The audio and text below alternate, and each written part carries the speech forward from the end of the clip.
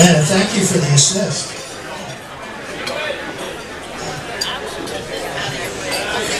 Listen, I hated to cut off the happy hour, but we have a packed agenda tonight, and we wanted to get the program moving.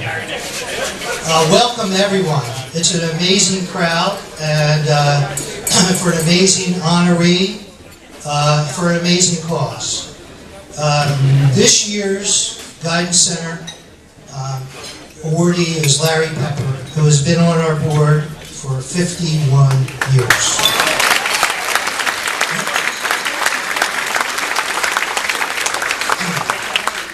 And last year when we honored Mayor Finucci, I said that Larry started on the Guidance Center as a high school civics project when he was 15. Now he wants me to say 12, so it just keeps sliding. I'm Ed Bowman, I'm the Master of Ceremonies tonight, I'm the President of the Board, and Larry recruited me, I put recruit in quotes, a number of years ago to be on the board, and it's been a tremendously rewarding experience. I want to welcome those who have been with us before. I see a lot of familiar faces, and you know the important work that the Guidance Center does, and a lot of newcomers who will learn tonight more about the Guidance Center, which is a quiet gem in the middle of our county that does a lot of wonderful work in confidence for obvious reasons. On your table are I'll call them program books, but really tribute books. And we decided to do this during COVID. We honored the late Senator James Hurley because he could not physically attend an event like this, and we did a tribute book. It was a roaring success. People loved it, and we thought it was the appropriate thing to do for Larry. Now, they were very expensive, and we were a nonprofit. So we tried to gauge, who were couples at tables, so there's not one for each, but if someone wants a book and doesn't have it, we'll make sure you get it. Larry, you're going to hear a lot of nice things tonight about you. And I know you're a humble guy, and I know it's going to embarrass you. But I'll commit to you, you will not hear one nice thing from me.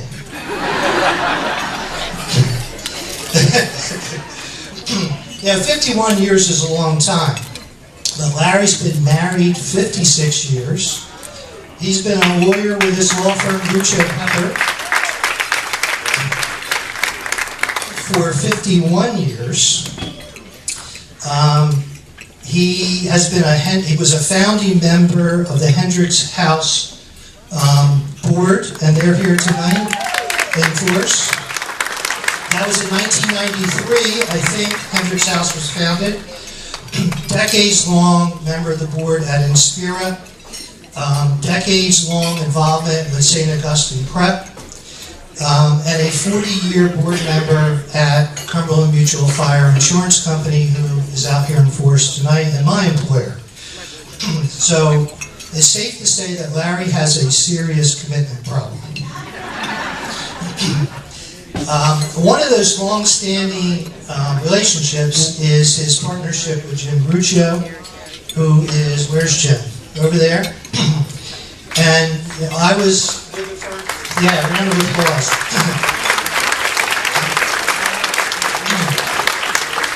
And I was with the firm a number of years, and people would ask me, Jim and Larry are so different. Like, how can they be together? They're neighbors, they're partners, they're godfathers to each other's children. How can this be? Jim's the aggressive trial lawyer, and Larry's the negotiator. How could they get along? And I'll tell you, like any couple, there are some elements. They complement each other. They trust each other implicitly. And except for times when their wives are away, they sleep in separate bedrooms.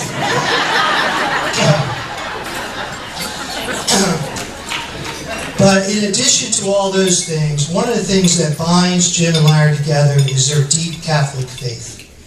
In fact, there probably aren't too many Catholic schools in the eastern part of the United States that a Gruccio or a Pepper hasn't attended, or supported in one way or another. That includes, of course, St. Augustine Prep and St. Joe's and Villanova and Sacred Heart, and I can go on forever. There's another school in Indiana, I can't remember its name. And as an expression of that faith, I'd like to call Monsignor John Burton up, please, for the benediction.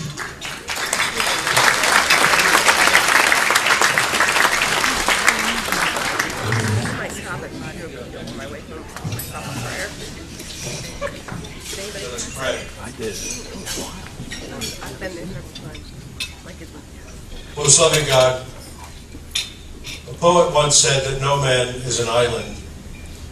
Truly, we are bound to each other, and in that bond, we are responsible to help one another, to bring healing and wholeness to society, so that each person might live with dignity. We give thanks tonight for the continued and invaluable work of the Guidance Center, and for its many years of service to our community. Yet no organization can serve well without the commitment of each of its members. This evening, we honor the outstanding service of Larry Pepper. He has served this board since 1972. His selfless dedication over these years has contributed greatly to the welfare of our community. Indeed, he is a blessing to all of us. Bless us now as we gather to celebrate and to share this meal in friendship. Nourish us, that we may continue to be of service to our community, especially those most vulnerable. Keep us faithful and selfless in service to others until we sit down at the eternal banquet of love you prepare for us in heaven. You live and reign forever and ever. Amen.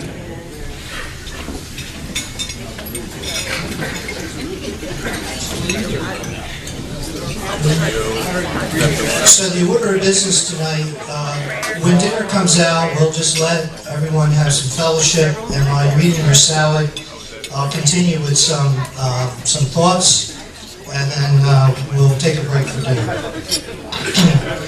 So as everyone knows, Larry's a proud graduate of the Notre Dame University class of 1965.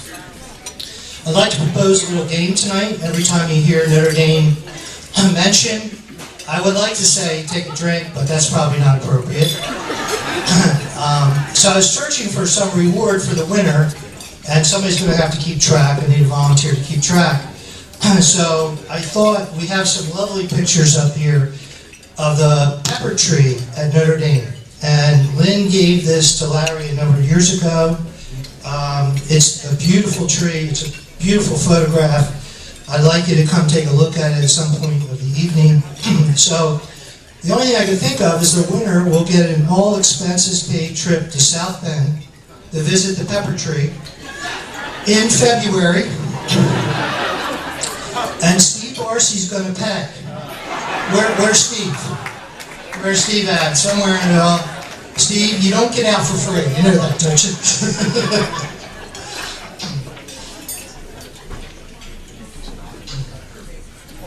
So we have a number of dignitaries in the room tonight, and I'd like to point them out, especially since so much of Larry's life involved public service, representing public entities, involved with political campaigns.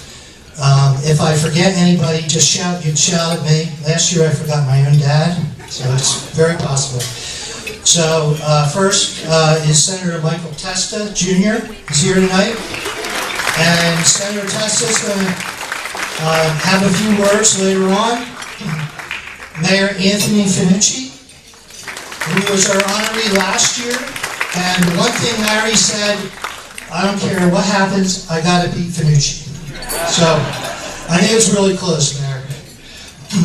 We have on the list, I did not see him, but we have Commissioner Director Doug Albrecht. I didn't see him, but I know he was on the list. There he is, Commissioner Director. Commissioner Carol Musso is back there. And Carol helped out mightily with this event by calling people, getting the word out, and we deeply appreciate her efforts. Commissioner Antonio Romero, I know I saw him, he's here. Commissioner Joe Saleo, I saw, he is here. Commissioner Capizzola is here too, I think. There he is. Commissioner Victoria Lodes is here somewhere. Our clerk, Celeste Riley, I know is here. Our county administrator and retired Superior Court Judge Harold Johnson is here. And Harold and Larry go way back. He was a freeholder 100 years ago. I think the Deputy Administrator, Luz Vasquez, is also here, I think. Okay. Retiring Hopewell Township Mayor Paul Ritter is here. I had to put retiring because you never know, he might change his mind. My father's here, Committeeman Skip Bowman, who likes to tell people he's been on the committee for over 40 years. I had Robin Freitag, committee person from Hopewell Township, on the list. In addition to Hal, we have several other judges in the House.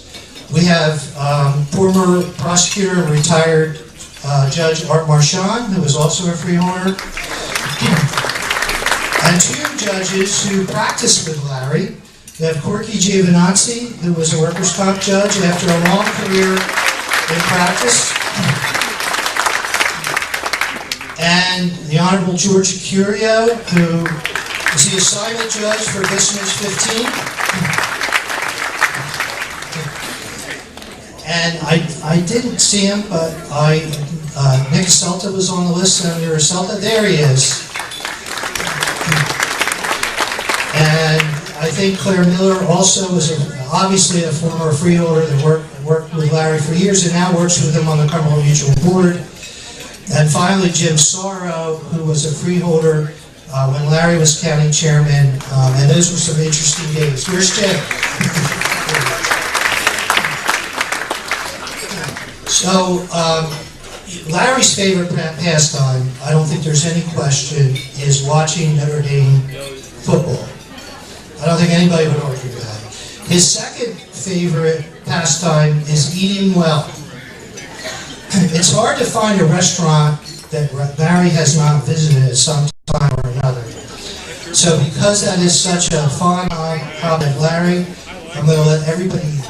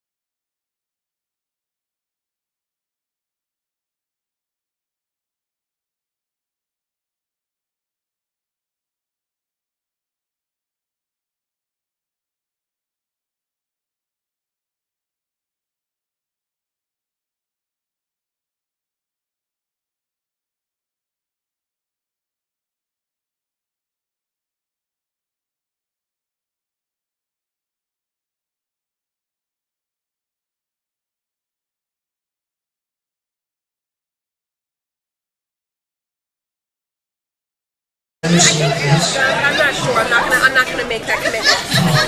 And while that's happening, I wanted to thank Jay Einstein of Einstein Associates for the flower arrangements in the middle of the Oh table. my gosh. And I just saw Jay. Jay has been doing this. How many years have you been on the board, Jay? 47. So he's right behind Larry, and he's warming up the bullpen for one of these events, right? But there's a card under one of your seats, and that is the winner of the flower centerpiece. So thank you, Jay.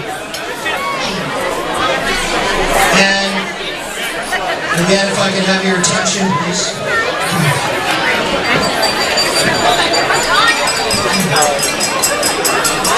Jay's also my designated glass tapper, so I appreciate that.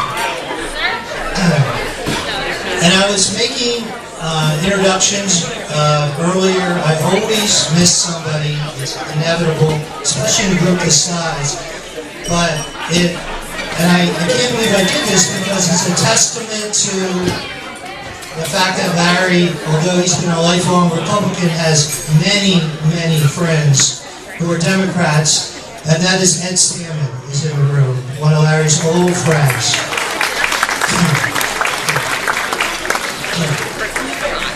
So the Guidance Center is a private nonprofit and has a very active board of trustees, and I'll just introduce them quickly. Of course, Larry, Jay Einstein, who I just mentioned, with 47 years of service, Robin Gatlin, Donna Bertoli, Joanne Gatone. And Donna and Joanne worked very hard on this event. They did a lot of the groundwork that is required to make something like this happen, and we greatly appreciate it. Donna had a lot to do with that wonderful book that's in front of you, so thank you very much for their efforts. Dr. Mary Gruccio, Lou Thompson. I also want to acknowledge two board members that passed away this year. Anita Brady, who was a dear friend and a wonderful board member, passed away this year, and Senator Jim Hurley also passed away, and we miss them greatly. This has been a period of a lot of transition for the Guidance Center. COVID was an amazing experience, and the leadership team that we had in place for many, many years retired in sequence during that period of time, or shortly thereafter. And we have a dynamic new group that hopefully will take us into the future. It's headed by Elizabeth Meenan, Liz.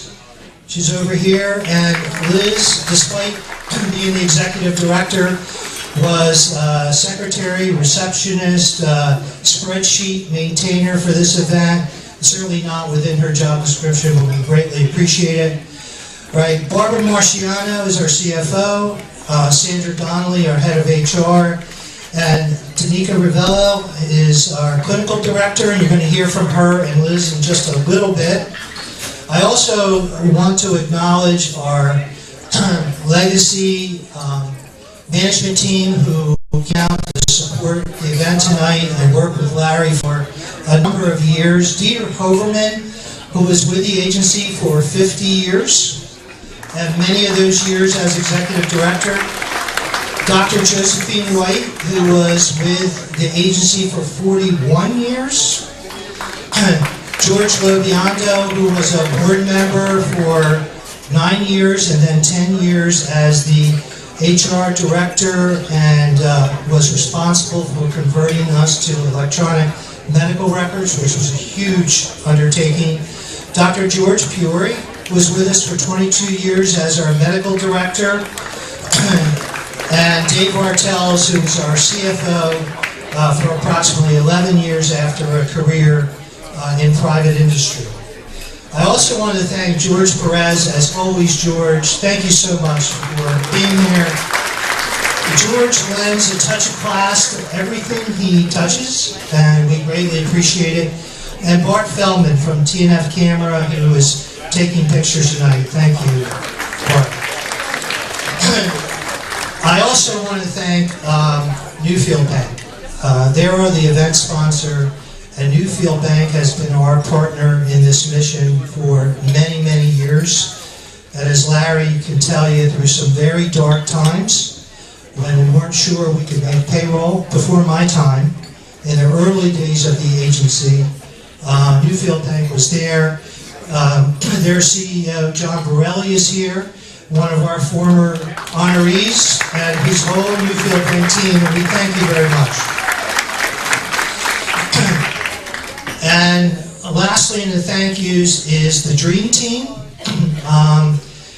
Liz handled a lot of the administrative stuff, and Joanne and Donna handled a lot of other things, and somebody had to make phone calls, texts, and email.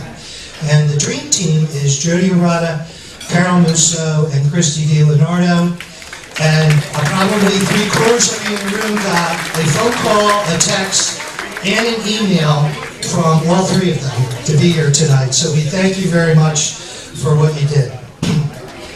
So the Guidance Center exists to solve a problem. What's the problem? Well, if any of you watched the TV last night, we've seen that problem time and time again. We've seen suicides spike. We've seen law enforcement tasked with trying to deal with people with behavioral disorders and mental illness. We see our jails bursting at the seams with people who probably shouldn't be in jail, because the reason why they're in jail is an addiction, and the reason why they have an addiction is a mental health issue. What can we do about it? Well, you're part of the solution by being here tonight. The answer is agencies like the Guidance Center. And they have existed for years, but they've been chronically underfunded.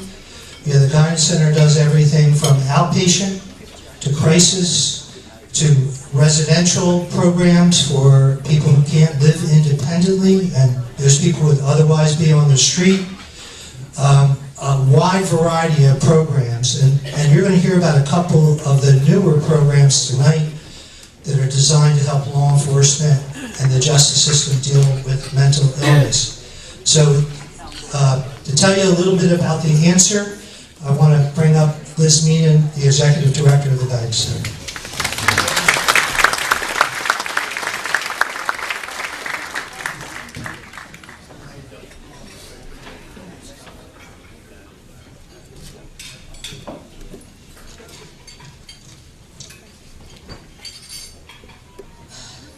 So Larry, we had a conversation about this being a small, intimate affair. I think we overdid it a little bit.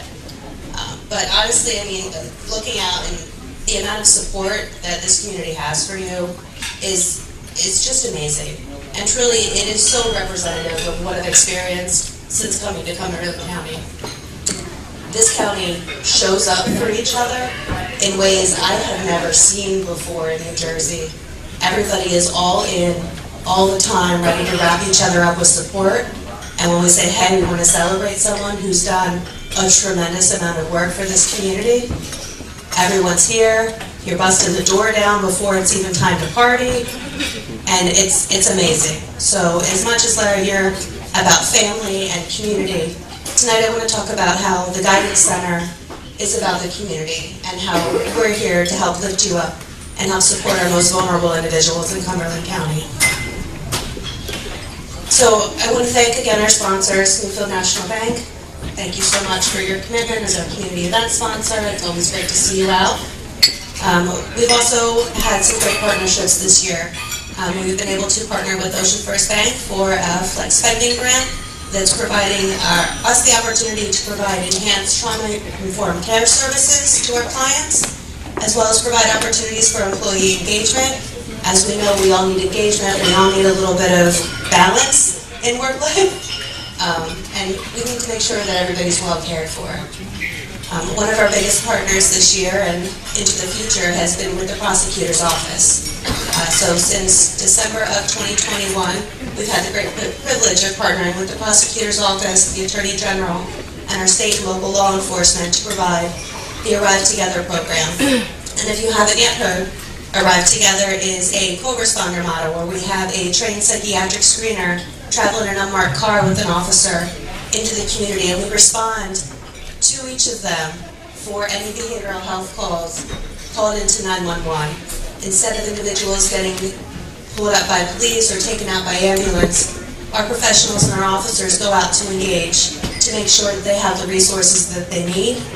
And if a hospitalization is needed or further assessments needed, we're able to bring them in and have a word handoff. But this program has been able to reduce any use of force with police. Since our start of the program, I believe there's only been 3 uses of force. We've actually, in May, expanded the program. We started as a 2-day-a-week program. We now are 5 days a week. We are the first county in New Jersey to be full-time with Arrive. Again, because of Cumberland and your support. So since May and our launch, we've served over 150 individuals on these calls. We've responded to more than 100 co-responder calls, so our staff and the police officers, more than 100 follow-up calls. So even after the crisis is over, we come back later and we want to reach out with the officers and our screeners and say, hey, how are you doing? Is there something else that we can do to help hold you up a little better? And we make sure that they're connected with services. We make sure that they're able to stay in the community. Over 88% of the individuals we've served through Arrive have been able to avoid hospitalization and have been able to stay at home with their family, continue their lives, and continue with the services they need. Last year I had the great pleasure of introducing and announcing our pharmacy opening. We partnered with General Pharmacy, which is a specialty pharmacy. They are a full service designated only for those individuals who receive services through Cumberland County Guidance. We now have a full-service pharmacy in our outpatient department. We opened in January of 23, and as of this morning, we have filled over 5,800 prescriptions, and we have served over 1,300 individuals.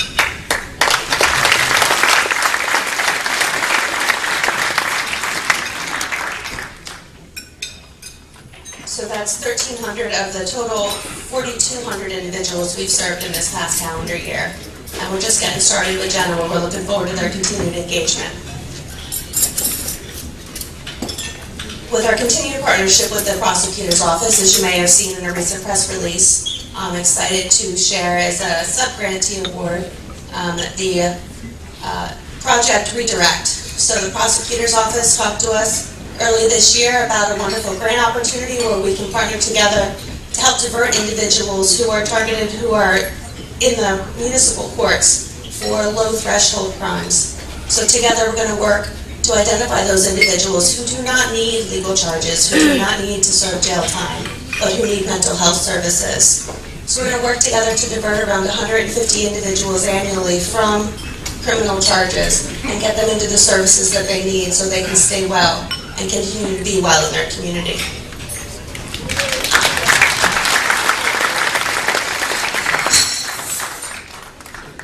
So these are all of the big things that we get to do, and they're amazing, but what excites me is when I get to hear and see the little stories and the day-to-day activities that our staff do each and every day. I get to get a glimpse once in a while, and it fuels me, even when, Larry may tell me that I have to work another 20 hours for the week. Thank you for the evening off. So I want to share with you a story.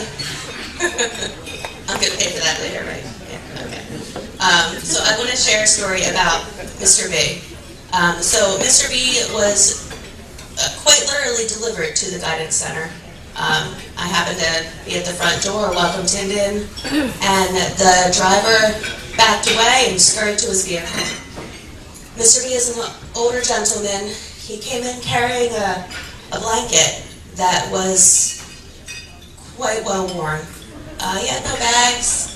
He looked like he had a rough night. So I bring Mr. B in and I find out who his caseworker is and I get her to come down. Come to find out, Mr. B was brought to us by a construction company that was there to do work on his former home. Just a day or two before we saw Mr. B, his home was foreclosed, where he lived with his mother and his sister, and it was shuttered. The facility, the home, had been without power, without water for more than 2 weeks before this occurred. Mr. B's mom and sister were able to be transported to a hospital for medical care and to a shelter because the sister had nowhere else to be. But because of Mr. B's legal charges, he wasn't able to easily be placed in the community, and he was left behind. So Mr. B squatted in his home until he was able to get to us. He was unable to call without electricity, but he knew that we would be there, and he knew that he just needed to get to us.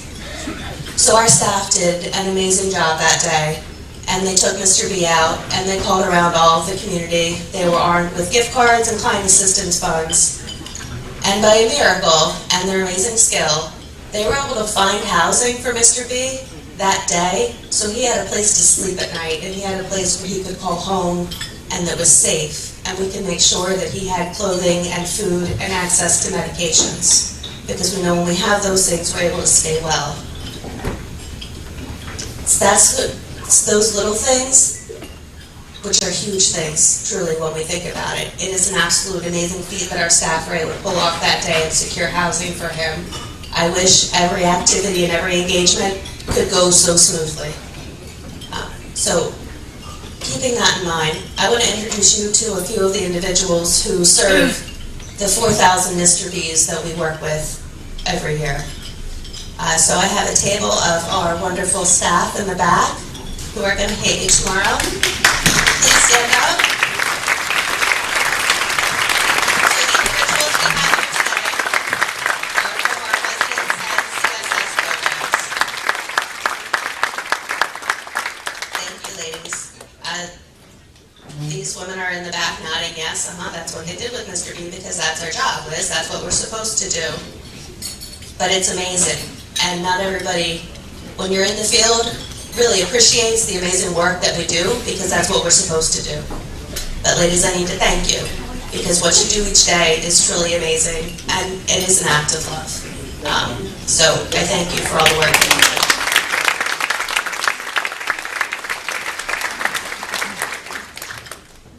So looking to the future, it is bright and we are so excited for it.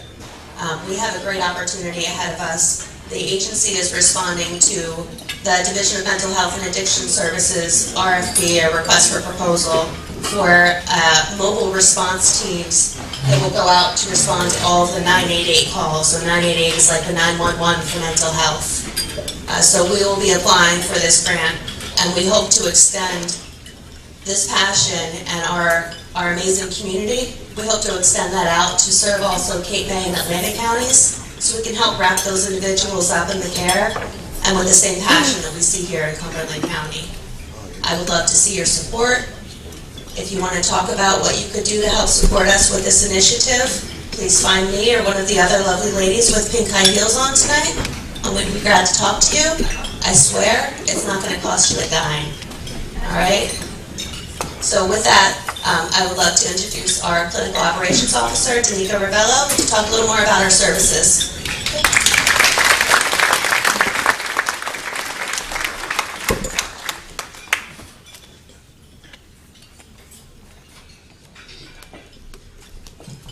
Mahatma Gandhi once said, "You must be the change you want to see in the world." Your continued support provides the Guidance Center with the ability to be the change we want to see in the world. Your contributions provide us with the ability to provide services to the most vulnerable and underserved individuals in society. The Guidance Center has numerous programs that focus on improving an individual's quality of life. Our goal is to help individuals go from surviving to thriving. We provide services to individuals with serious and persistent mental health issues, individuals who are homeless or at risk for homelessness, case management services that promote independence in the community, as well as services for those who have justice system involvement. As mentioned, we also provide residential services for individuals who have been discharged from the state psychiatric hospital and are not yet ready to live independently. Through this program, we work with the clients and assist them with gaining the necessary life skills they need to be able to live on their own. The Guidance Center focuses on breaking down the stigma that individuals with mental health issues are not employable through our supportive employment program. We see the clients for the individuals they are rather than their diagnosis. We practice from a trauma-informed lens with the understanding that all individuals have experienced some type of trauma in their lives. We ask clients, what happened to you, rather than what is wrong with you. Our outpatient program provides counseling and medication management services to assist clients with addressing the residual effects of trauma with a focus on wellness and recovery. The Guidance Center also provides crisis services 365 days a year, 24 hours a day, because as we all know, crises don't only occur during business hours. Our crisis hotline is also available 24 hours a day. As Liz mentioned, the agency continues to grow with expansion programs to assist the community and partner with other agencies, including local law enforcement. Thank you for providing me with the opportunity to share with you all the amazing work the Guidance Center does for Cumberland County, and I encourage you all to be the change you want to see in the world.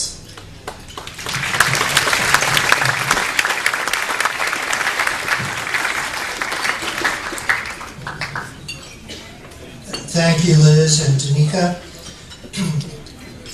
We could go on for hours about the good work that the Guidance Center does. That's just a snapshot. And again, if anyone wants to learn more about the services the Guidance Center provides, we'd be happy to do that. To introduce our next speaker, our next presenter, I just want to set the stage a little bit. For those of you who do not know Larry well, and most of the room does, but he was the Cumberland County Republican Chairman for 30 years.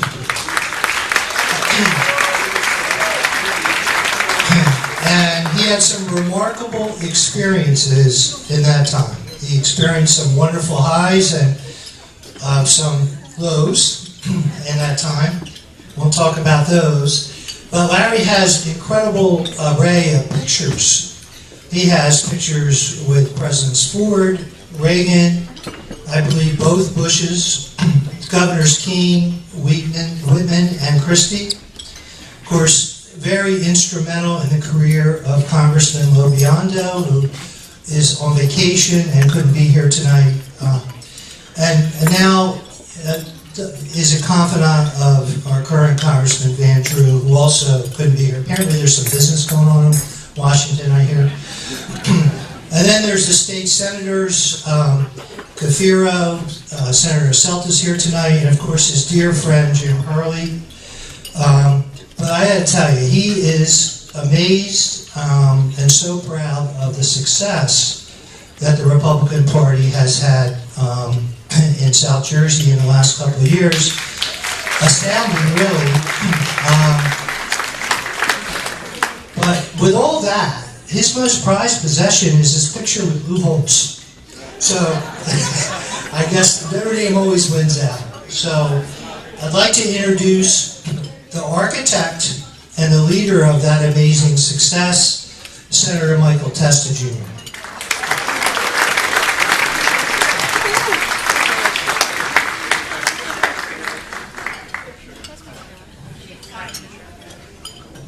You are now hired to do all of my introductions. Thank you. You know, I was asked to speak on behalf of Larry Pepper, and I was told that I was supposed to roast him. And I asked so many people around Cumberland County, statewide, everybody said, "Are you kidding me? There's nothing to roast Larry Pepper about." They said he's the straightest guy you've probably ever met. Now, if you want to roast somebody, let's talk about Jimmy Gruccio.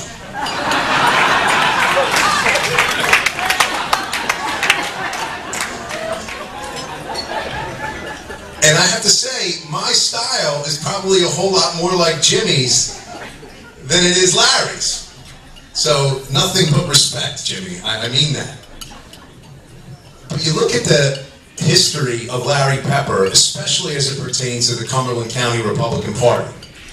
I can't believe I'm in my 10th year as chairman, and I told the chairman Chairman Pepper, as I refer to him when I see him, that I don't want to be the chairman for 33 years. And I don't know how he was able to herd cats the way he had to do for 33 years, and somehow put up with all of the personalities that he had to put up with for 33 years. And I have to tell you, I grew up watching Chairman Pepper. My father was the chairman of the city of Vineland. So I was sort of dragged around to a lot of the, what we call the rubber chicken dinner circuit of politics, seeing people get elected. And I started to catalog some of the experiences that I had, and I realized I was sort of like a mini version of Forrest Gump, albeit maybe better looking and smarter, but... And in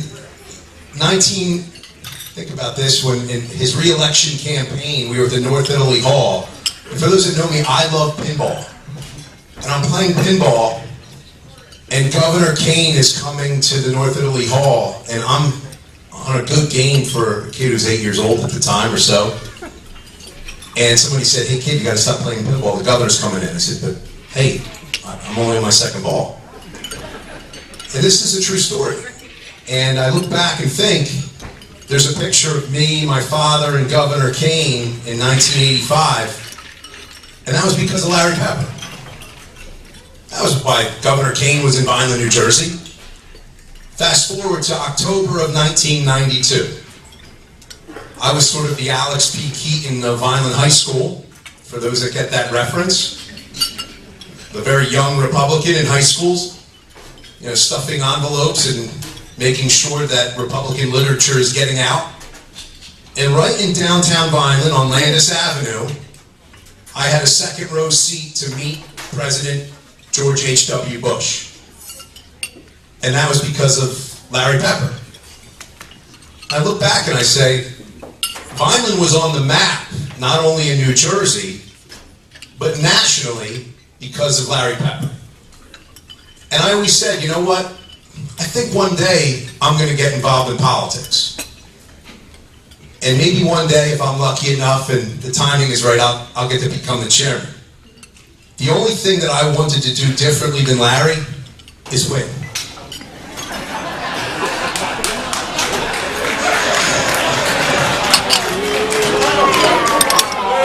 That was the roasting part. You asked me to roast him a little bit. So,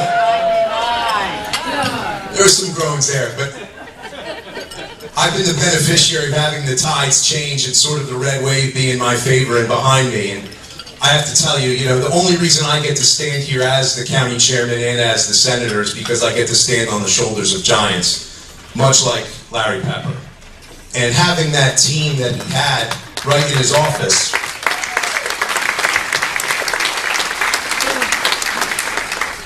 you know, Larry, you always had Jimmy as sort of your consigliere, the guy behind the scenes. I had my father, right? So we have very similar dynamics, and I would say that my father is much more like Larry, and I'm much more like Jimmy. So it's interesting that the fire that, you know, Jimmy has and that I have, and maybe some of the anger, Jimmy, and I love you, believe me. I want to be clear about that, but you know, it's just amazing to see when I go around the state. And I speak to some of the people, whether it's Union County, Bergen County, Essex County, Sussex County, Hudson County. I kid you not, it never fails. Someone will come up to me, and they're usually older than me at this point, and they say, "Hey, how's Chairman Pepper doing?" I kid you not, it never fails to happen.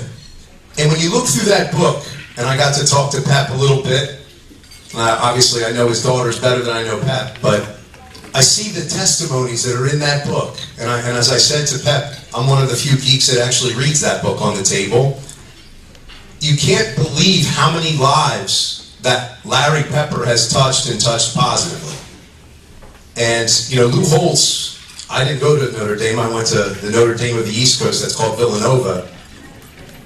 Lou Holtz has one of the greatest quotes, and for those that know me, I do a coffee quote almost every day on Facebook, kind of as a motivational quote. Lou Holtz has one of my favorite quotes, and I've used it multiple times.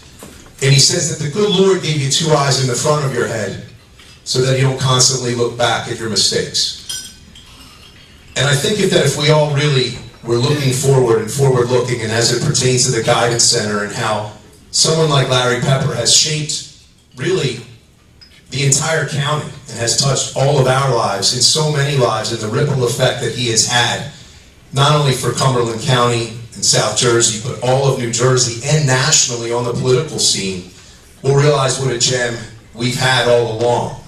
And Larry, I know that you've had this happen to you, because I know it happens to me. Prophets are never worshipped in their backyard. Never.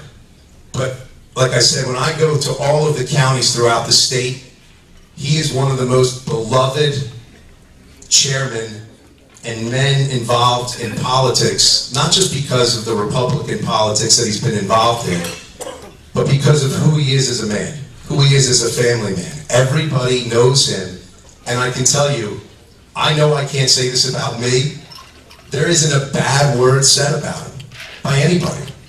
By anybody. That's remarkable.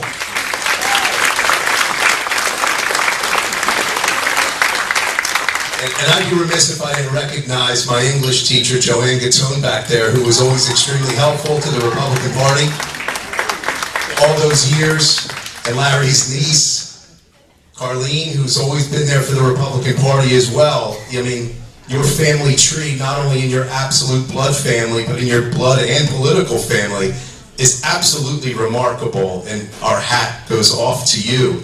And I just got to tell you, you've done an amazing job for all of the years that you've been involved, and the ripple effect of what you've done and what you've started will certainly be felt in all of our lives for many, many more years to come.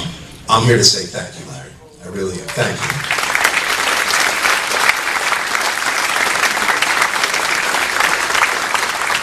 And may God continue to bless you and your entire family. We all love you, Larry. Thank you.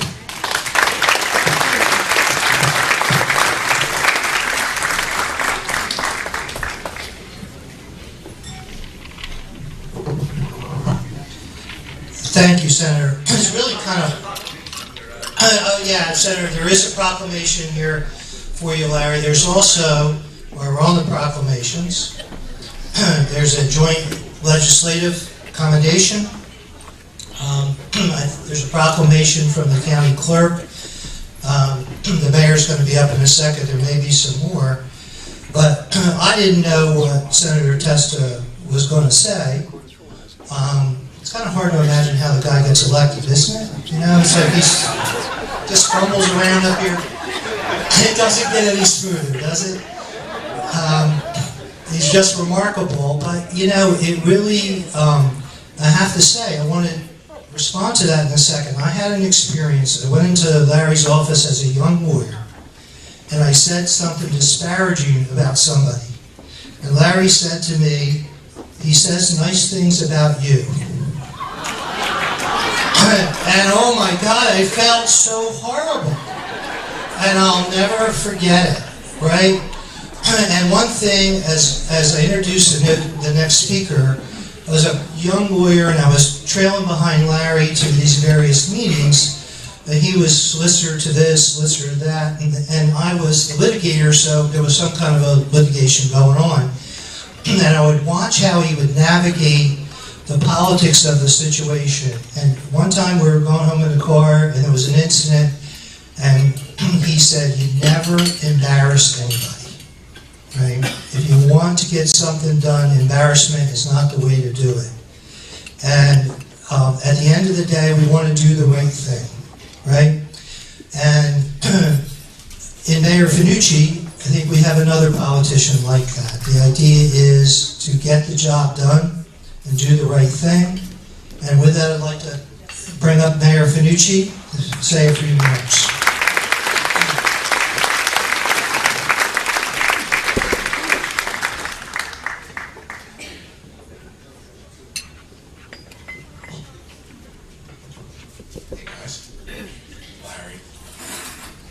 So much like the senator, I was given a task to take a few shots tonight. But it's a tough one. However, I might have one or two zingers for you. But before I pick on you, I told Skip Bowman it was his turn to watch Alan tonight. Was he all right, Skip? Bernardini, are you behaving? Pat? All right, Monsignor's here, and I know he's watching. Anyway, I want to thank everyone for coming out tonight, first and foremost. This is a very special group of people that have gathered here today to honor Larry.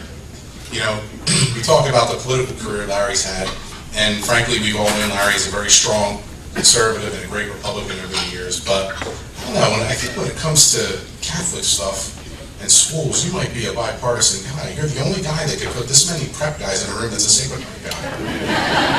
I don't know. My St. Augustine brothers understand that. There's a couple of you left, but I'm not getting on a basketball court with you anyway. So, Madge, that's up to you, buddy.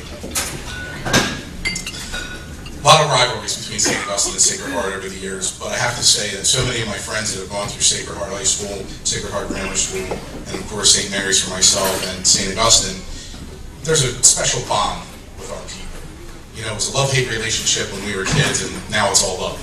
So it's an important thing that we recognize that and remember, because without faith, who are we really? It's the same thing with the Guidance Center. They have faith in so many people to step forward and help people in a time of crisis without question or reserve. And Larry, it's a huge testament to you for being involved so long. 1972. I was born in 72. I get away with being a little bit middle-aged at this point, just slightly for a little bit longer. It's getting grayer by the day. So I don't know, I'm going to take advantage of that for a couple more years if I can. I do have a couple special proclamations here for you. One is obviously from my office, and of course this giant one under here is from the congressman that they asked us to present, but I will not read, but I will leave here right with the senators. Extremely well deserved, and the words that are memorialized on these proclamations from the Senate, the Assembly, Congress, and my office as mayor aren't enough to sum up the person that you really are. You've been a mentor, you've been a guiding light to me as a young man in business, as an elected official. I think I don't know, I'm not sure. Jimmy, he's been a tough one. Michael, you're right. He's pulled me in a couple times that, we have to talk. Then I get Larry. Larry is always the statesman, he's always that gentleman, but he always has his way of getting that point across and making it very swiftly. But I have to say, I've had so many positives and so many wonderful experiences, and I've bitten a lot of holes in my tongue in my elected career, Larry, but rightfully so, because I think you've helped keep me in office for quite a long time. You know, I've learned some finer points. Stephen, Perry's taught me some of the rougher edges, but Larry's definitely smoothed them out. My police officers wanted to extend a congratulations to you. On many occasions, they were on the opposite side of the table during negotiations, but they've always had the utmost respect for you. You beat them down in certain ways that no one else could. But the whole rank and file send their warmest regards to the top of the administration for tonight. We've got a lot going on in the city and a lot of special patrols trying to do some extra things, especially in the wake of the war across Hamas and Israel right now, which has been terrible, but we're protecting the synagogues and all our holy ground a little bit extra. So a couple of the guys wanted to make a special appearance to pop in, but I did get a text message to send their regards to you and their sincerest congratulations. Ladies and gentlemen, you truly have before you tonight, and I know Larry's not a huge guy in stature, but he is a giant in life. He is a giant in this community. He's been a special part of this community for so long, as his entire family. Larry, I can't thank you enough for all that you've done, and it gives me chills right now talking about this and acknowledging you this evening, because even all our testimonials and the pamphlet and so forth, I don't think people really realize the far-reaching effect that you've had on so many. Senator touched on it very nicely with his remarks on how he traveled up and down the state. Andy Bednarik and I were chit-chatting at the table, and I said, it's interesting when you realize how many people from so many different areas are here tonight. People that I'm meeting for the first time. We have so much in common. And what was that common thread? You. Remember when Michael was taking his first Senate run, and I said to him, and I'm going to go on record, I'm not a huge Notre Dame fan. Okay? A lot of respect, but not a huge fan. Growing up, it was the Hurricanes for us, right? So U of Miami and Notre Dame had a lot of battles. But there's one thing that I will never forget, and I think is the most amazing thing that Notre Dame has as they're running out of that tunnel to come out onto the field. And I said to the senator that day, play like a champion. Larry, you've been a champion, you continue to be a champion. You are truly a hero to me. I love you, and God bless you.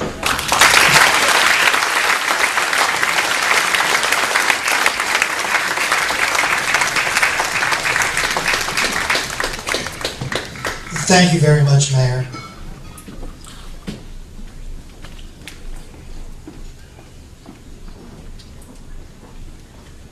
So I wanted to play a little Jeopardy.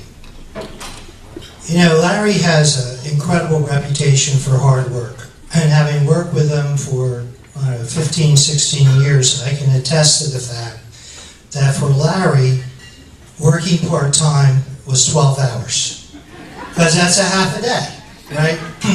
And Steve can attest to this. As you're walking out of the office at 6:30, Larry would routinely say, "Where are you going? What do you think this is, a day at the spa? This is no finishing school."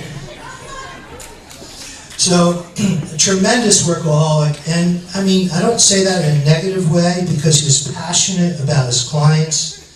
He was passionate about agencies like the Guidance Center, which meant many, many nights at board meetings, whether it be in Spira, Hendricks House, the Guidance Center, and a number of others. And he was always there for his clients. It didn't matter day or night. Not necessarily an early riser, I would say. So I would routinely say, "But Larry, I've been here since 7 o'clock in the morning." He goes, "I didn't see it." So, but there were some times when Larry just wouldn't work. And it just seemed to coincide with Saturdays in the fall. For some reason, they were sacrosanct, and at that point, he wanted nothing to do with work.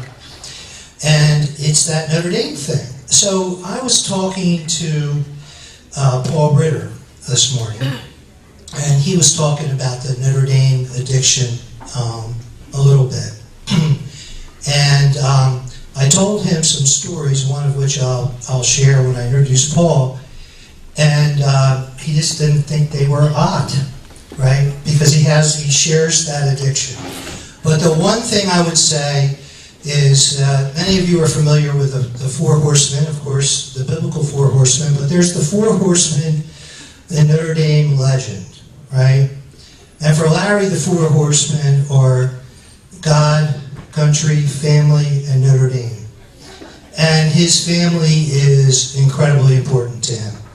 He's very, very proud of them.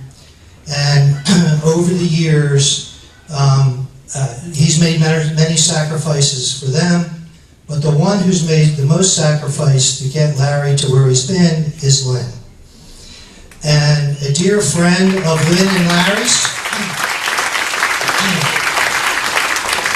dear friends Pete and Jane Galetto could not be here tonight, but they sent a special gift, and this is a gift for Lynn. And it's a piece of glass, it's a bowl. I hate to pick it up too much, but Pete did this himself. It's absolutely gorgeous. And Lynn's shaking her head. And this is the note from Pete and Jane. This is a special gift from Peter and Jane Galetto to Lynn Pepper, thanking her for her many sacrifices all these years while Larry was serving the community. So congratulations, Lynn. Thank you.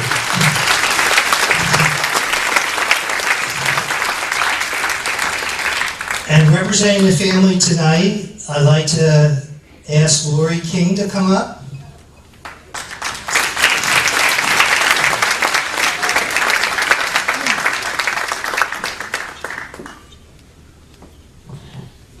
Very nervous. Okay. Go, Lori! So, bear with me, I am very nervous. As I'm sure many of you have had the privilege of experiencing my dad's sense of humor with his opening jokes, I would be remiss if I did not share with you the wonderful sense of humor that he passed on to me. An elderly man was at a dinner party, and he was telling a small group about the wonderful restaurant he and his wife went to a couple of days before. The food was fantastic, service impeccable. When someone asked him the name of it, he couldn't remember. "I just can't remember. Help me here," he asks. "What's the name of a beautiful flower? It smells lovely. The stem has thorns." Someone yells out, "Rose!" He turns around and says, "Hey, Rose, what's the name of that restaurant we went to the other night?"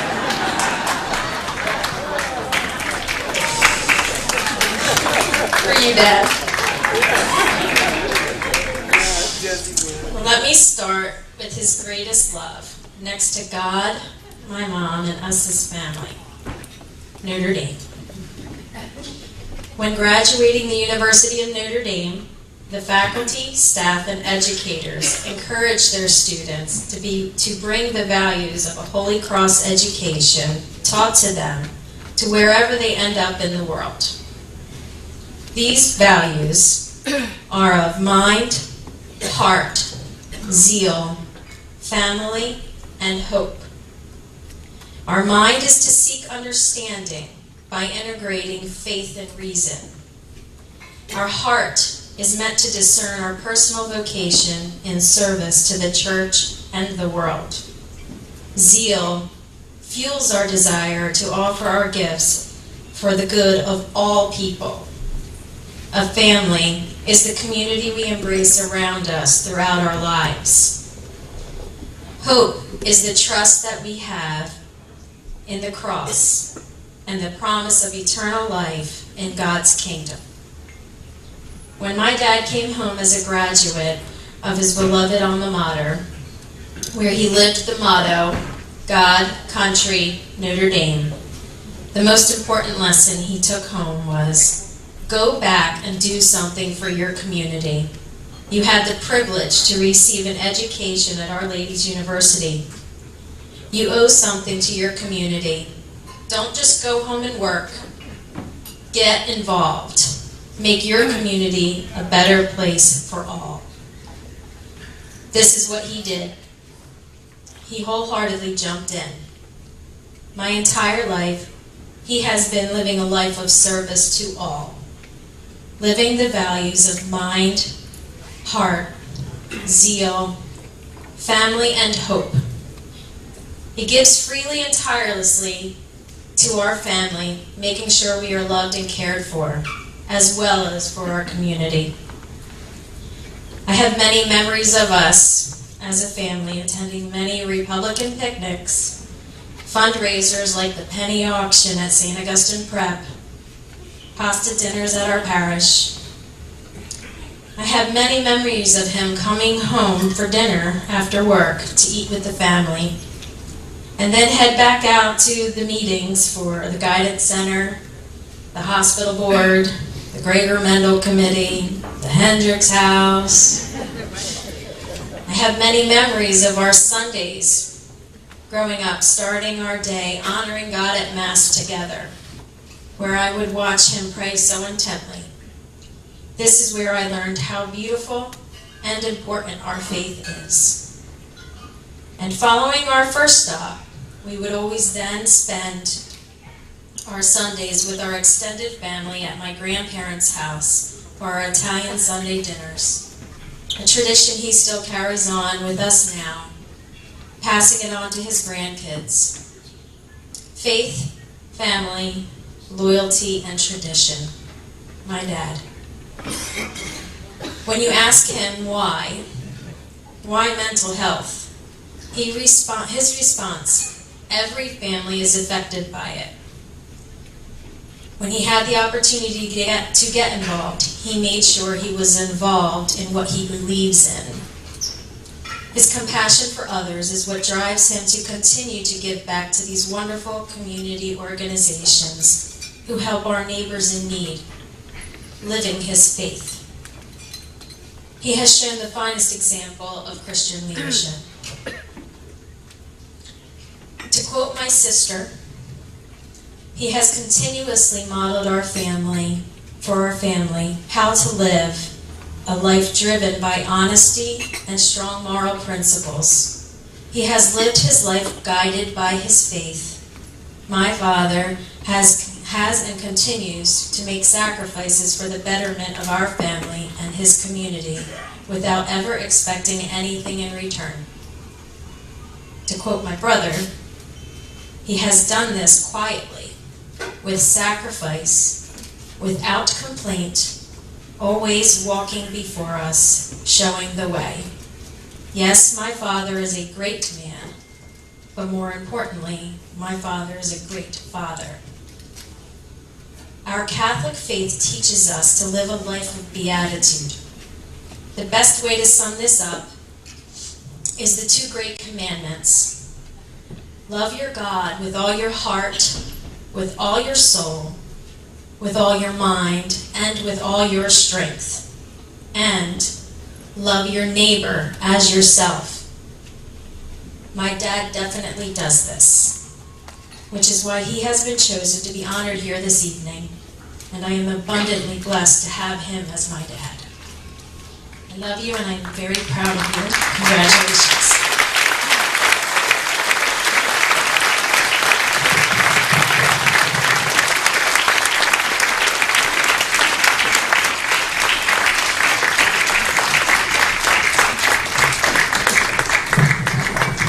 Thank you so much, Lori. That's a tough act to follow. I think Senator Testa, that could be the hardest act to follow, and that's right there, right? But a little equal time on the Notre Dame thing before I introduce Paul Ritter, who will introduce Larry. So Paul Ritter is the president and CEO of Cumberland Mutual Fire Insurance Company, and he and Larry share a tremendous amount in common. He may touch upon those things, so I don't want to step on them. So this morning, I saw Paul, not many people in the office this morning, but Paul and I were in at 6 o'clock in the morning, Larry. Right, Paul? 6, right? 6. Talking about business. And I shared with Paul a little bit of intel I got the day before that indicated that prior to Notre Dame games, Larry watches tapes of old Notre Dame games. Like, how sick is that? Now, I assume they're games in which Notre Dame won, I assume. So I tell Paul this story, and he says, so do I. What's wrong with that? And by the way, we're doing salary reviews tomorrow. So with that, I'll introduce Paul Ritter, who will introduce Larry.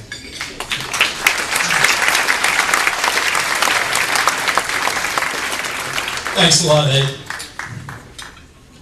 Well, this is really a role reversal tonight, because all of you know that usually Larry's the one that introduces the honorees at award banquets in Cumberland County. He's done so many times in the past. However, for me to introduce him is like pinch hitting for Mike Trout or Bryce Harper. And as you see, I'm batting cleanup here, and Larry did an outstanding job, so the pressure's off. For many years, Larry was usually in the background, helping others in our local area. Tonight, he is deservingly receiving this recognition for his many contributions for the well-being of Cumberland County, especially in the areas of economic development, health care, the practice of law, and his long-time service on the Board of Trustees of over 50 years to the Cumberland County Guidance Center, providing mental health services to our community. Now, I got to take a deep breath, because they always say if you want something done, give it to a busy person. And Larry's been very busy for us over the years. Larry's an officer of the law firm of Grucho, Pepper, DeCino, and Ruth, represented today. And let's acknowledge his Grucho Pepper team with our applause.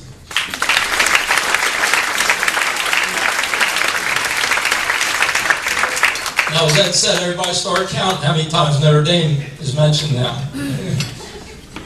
Larry was awarded a Bachelor of Business Administration degree in accountancy from the University of Notre Dame. He received his law degree from Rutgers University. He's a Renaissance man as an attorney. He practices business law, banking law, labor law, estate planning, and administration and governmental law. He currently serves as the chairman of the board of directors of the Cumberland Mutual Fire Insurance Company, the oldest property and casualty insurer in New Jersey, which is celebrating its 180th anniversary next year. Now, I will assure you, although Larry has a lot of devotion and longevity, he was not one of our founders, and he wasn't there for 180 years. But it was close. He served as a director and member of various advisory boards. He's handled numerous mergers and acquisitions, guided the administration of sophisticated estates and trusts, and also involved in many complex banking and financial matters.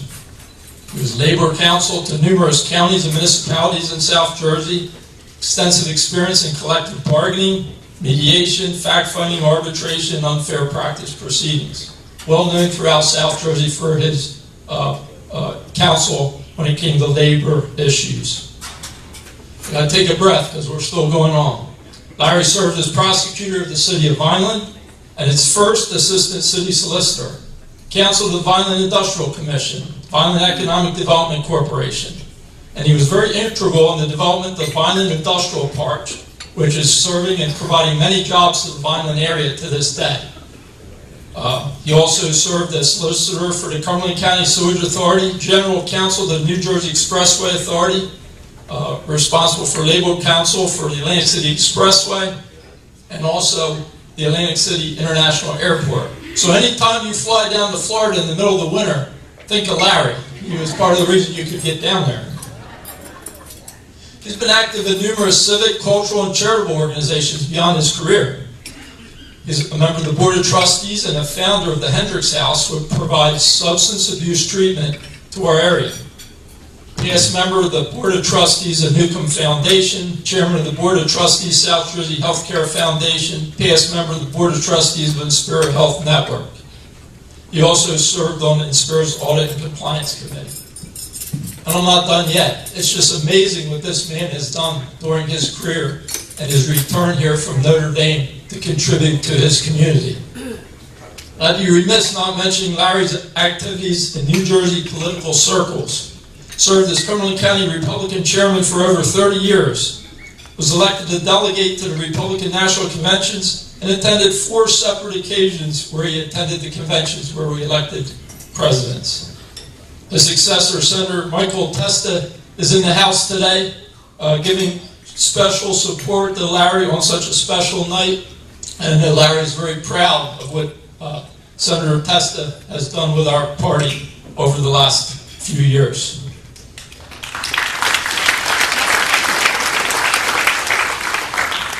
Larry has been recognized for his community service in the past. He received the prestigious Gregor Mendel Award from the St. Augustine Preparatory School. He received the Spirit of Achievement Award from the Italian American Heritage Cultural Society and was even awarded an honorary diploma from the St. Augustine Preparatory School for promoting Catholic education. And I can tell you that was quite an accomplishment for the prep to award a Sacred Heart grad an honorary degree. There are big rivals and it doesn't happen very often. It might have been the only time. Now that I've spoken about Larry's many accomplishments, I want to talk about Larry the person. I'll tell you, you've heard it earlier tonight. Larry lives his faith on an everyday basis. He speaks ill of no one and always sees the good in all and treats everyone with respect. He has great integrity and he always does the right thing with both the advice he gives to friends and clients and in his own personal decisions. One thing I will tell you about Larry, you've heard throughout the evening, is Larry is very passionate about the University of Notre Dame and its legendary football team.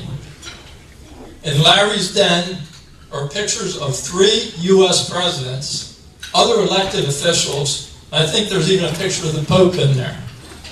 All these prominently displayed. However, the most prominent photograph of all is that of former Notre Dame football coach Eric Parsegian, who was the coach when Larry was out at the university. And that's front and center of all his photos. Now, as a fellow Notre Dame alumni, I get that. On a dozen Saturdays during the fall, he can be found rooting for his favorite team, the Irish of Notre Dame, to victory. And I'll tell you his favorite activity.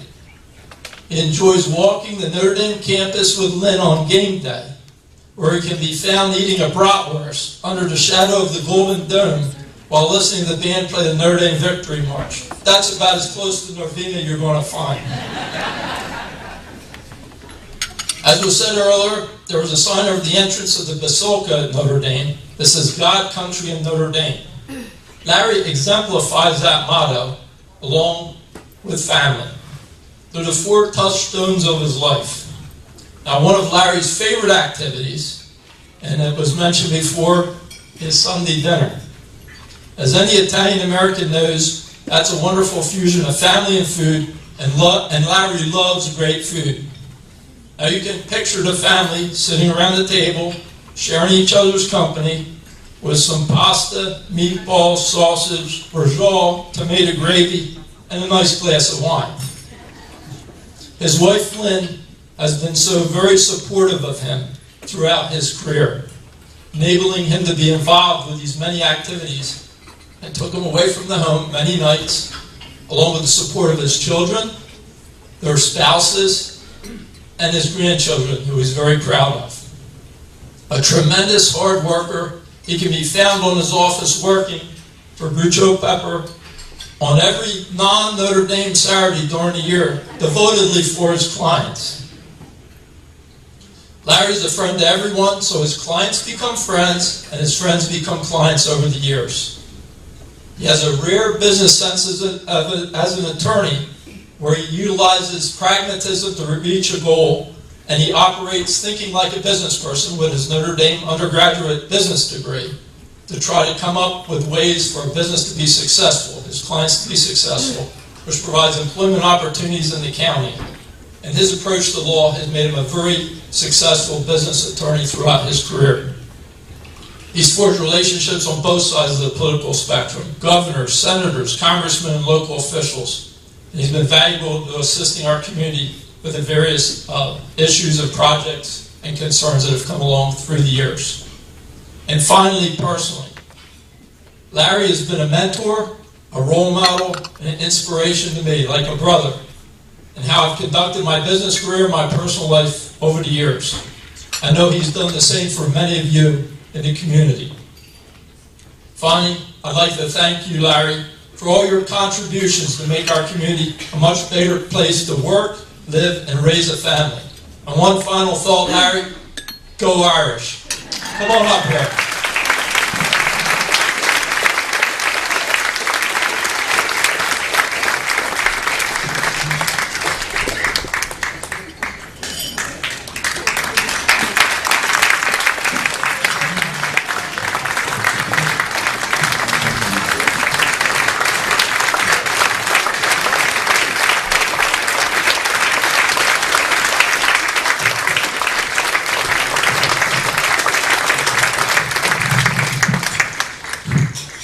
Wow.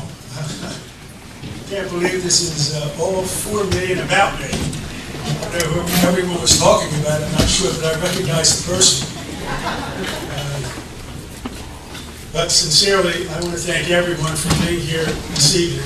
It is it's a great honor for me. I want to thank the Board of Trustees of the Guidance Center for awarding the Distinguished Citizen Award to me this year. It means a great deal to me.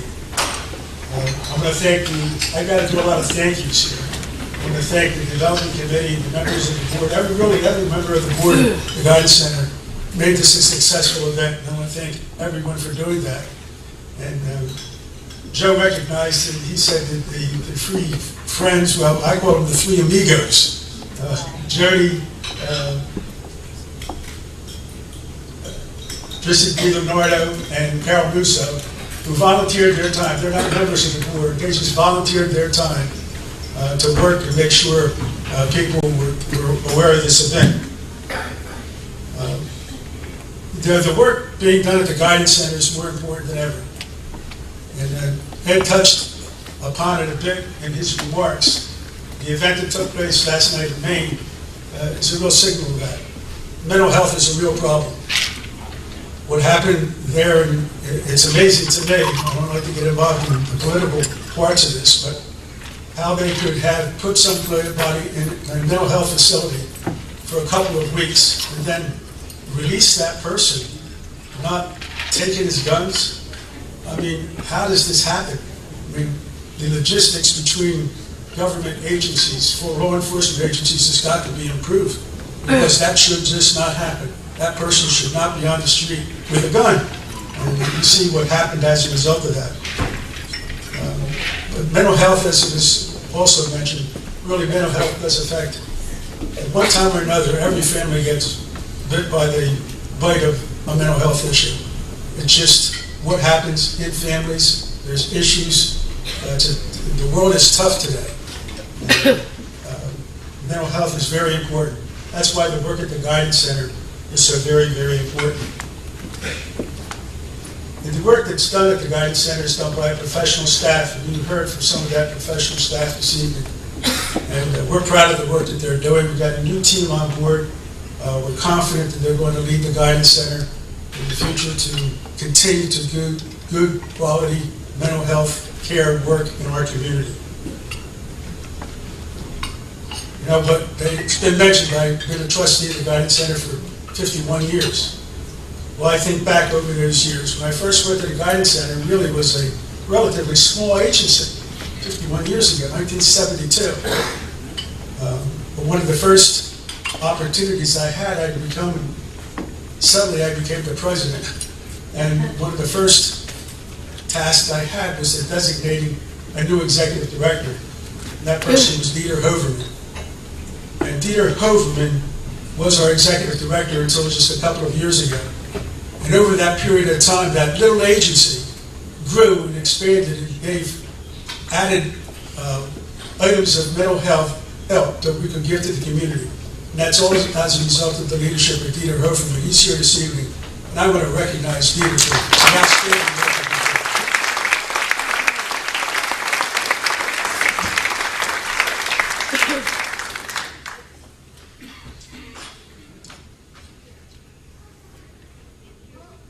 Senator Testa, is he still here? Senator Testa? Senator Testa is really a very special person. There's just no question about that. He's cut from a little bit of a different mold. I was at an event a few weeks ago where he spoke, and after the event was over, I went to his parents. I said, to Mike and Ellen, I said, you got to be so proud of your son. He is the real deal. He is truly passionate about good government. You can hear it when he speaks. He really means it. He's just not putting on a facade. He is really sincerely interested in seeing what he can do for the good of the community, and he's got such good ideas. And I want to commend him because we are very, very fortunate to have Mike Testa representing us in the State Senate. Thank you.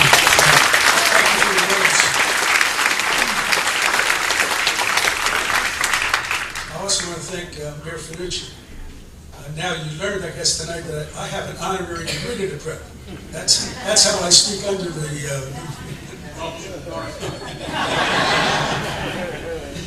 Yeah, 2 weeks ago tonight, in fact, we were at the prep for the Gregor Mendel Award, and Mayor Finucci was the honoree, well-deserved honoree. And I have a great deal of affection for the prep, and most people know that, because the work that's done at the prep is so important. They are raising young Christian gentlemen, and in my opinion, that's one of the finest objectives that you could have with young people today. We see so many things happening in our society. It's scary, really. I watch things on television, and it's hard for me to watch television, to tell you honestly. It's not a sports program where a replay of a Notre Dame football game. It's very difficult because the news that you see, how it's reported, and what is going on in our world is actually scary. And some of the things, if you look at some of these protests on these college campuses, where does this come from? It's really, really scary. So the work at the prep is very, very important to educate the young Christian gentlemen so they can grow up and become great leaders and great family people. I want to thank my dear friend, Paul Ritter. Paul and I do work at Cumberland Mutual. I'm the chairman, he's the CEO. Paul is an outstanding person in his own right. He's given to his community. He's right now the mayor of Hopewell Township. He's completing over 20 years of service to the Hopewell Township. He left Notre Dame with that same mission in his mind, to go back and to do something for your community. And he's done that. And he also served on the board of Inspira Hospital. We were board members together at Inspira Hospital. So we took the admonition pretty personally and importantly and followed it. And we're lucky to have him as our CEO of Cumberland Mutual. Does a great job. I got to say that I'm so happy and pleased and proud of my daughter Lori.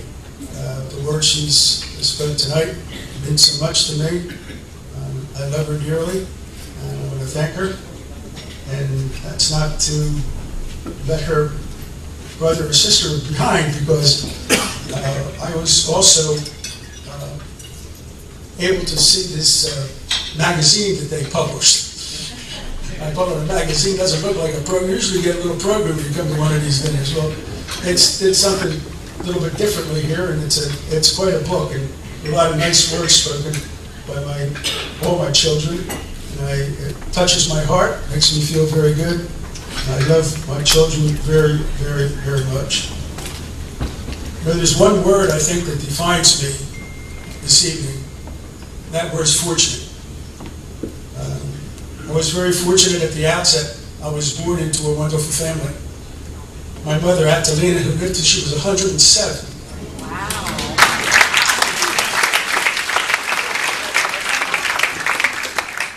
Her life was defined by one word: love. She loved her family.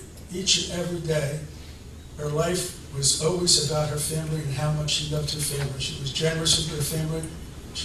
Her one vice was saying the rosary. She said more rosaries than anybody else in the world. But she was really a tremendous person. My dad, also was a very successful businessman and a great provider. My sister Doris, she was 11 years older than I was. And we called her in the family the spoiler in chief, because it seemed to be her mission in life was to spoil me. Whatever she could do, and my friend Brian's here, and you remember when we were in high school, he was a little bit older than me. He turned 17 and got his license, but nobody had a car. My sister Doris let her take her brand new car out. And used it to drive around, and Brian was the driver, because he was the only one with a license. But as much as my sister Doris spoiled me, my father pretty much pulled in the reins. So I remember graduating from the 8th grade at Sacred Heart Grade School. These past days used to have these ceremonies. You got to put a cap and gown on, and got all dressed up, and you graduated from 8th grade. I went home the next morning. I said, "Well, you're ready to go?" I said, "Well, where are we going, Dad?" She said, "You're going to work."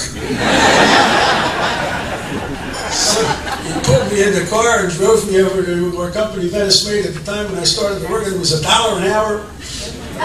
And I've never stopped working since. On another occasion, he said to me, "Someday, you're probably going to be a boss around here. Remember, never ask anyone to work harder or longer than you're willing to work." And I took that as a real guidebook. That's, I guess, how I got to have a reputation of being a workaholic. My family life began 56 years ago. When Lynn and I got married, she is the love of my life, and I love and admire her very, very much.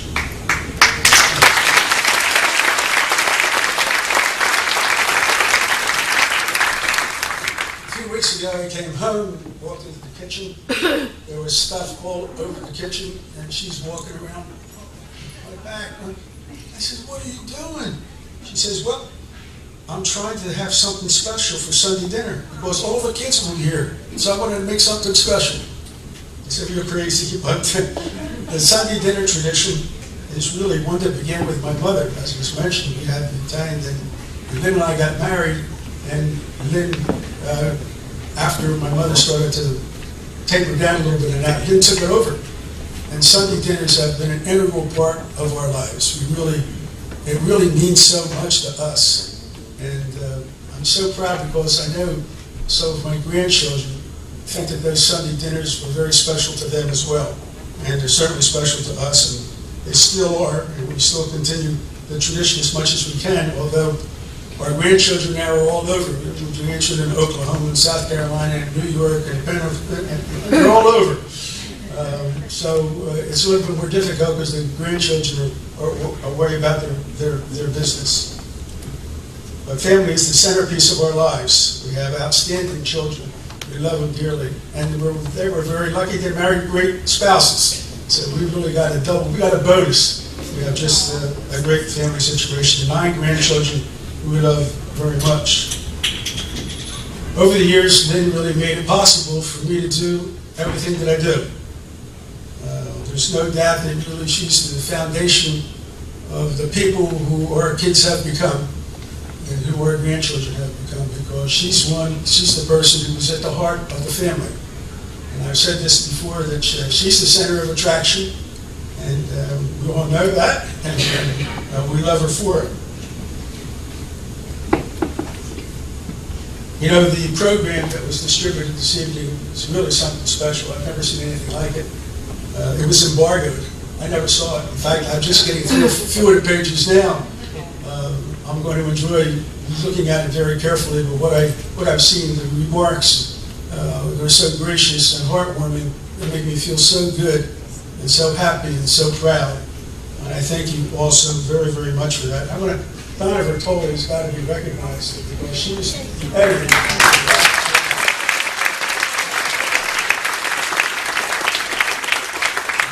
I've been at a lot of events, but I've never seen one like that. I know I'm a better person because of the people I know, the friends that I have, and the people I've had a chance to work with.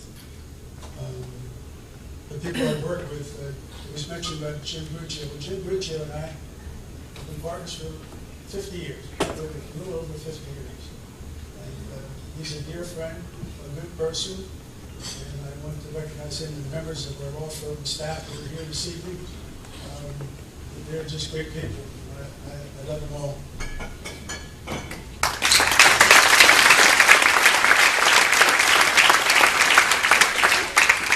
As I look out, I see so many people who mean so much to me. I'm probably going to forget to mention somebody who I should mention, but I love you all.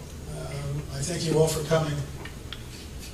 You know, I think I am indeed fortunate. As I said this evening, I'm a very fortunate person. As I look out here, I see a lot of fortunate people as well. I believe, as a matter of principle, those who with fortunate circumstances have an obligation to try to make the lives of the less fortunate better.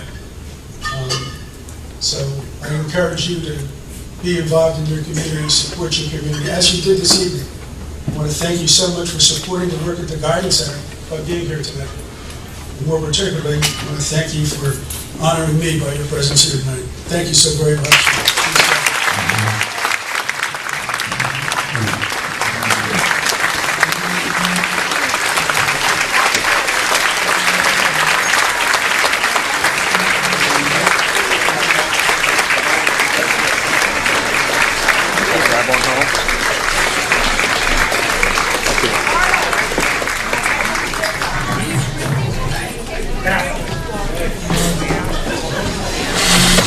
Thank you very much, Larry. Incredible evening, and I want to thank everyone for coming out tonight. Really a remarkable evening, and to tie it up, you saw the answer tonight, at least part of the answer, which is the support for agencies like the Guidance Center to tackle the mental health challenges we have today. So thank you again. Thank you for everyone. Thank you for coming out.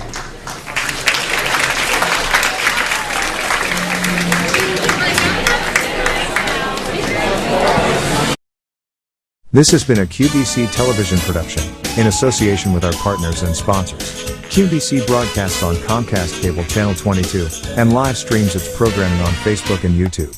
All rights reserved by Quinn Media and QBC, programming that serves the South Jersey market.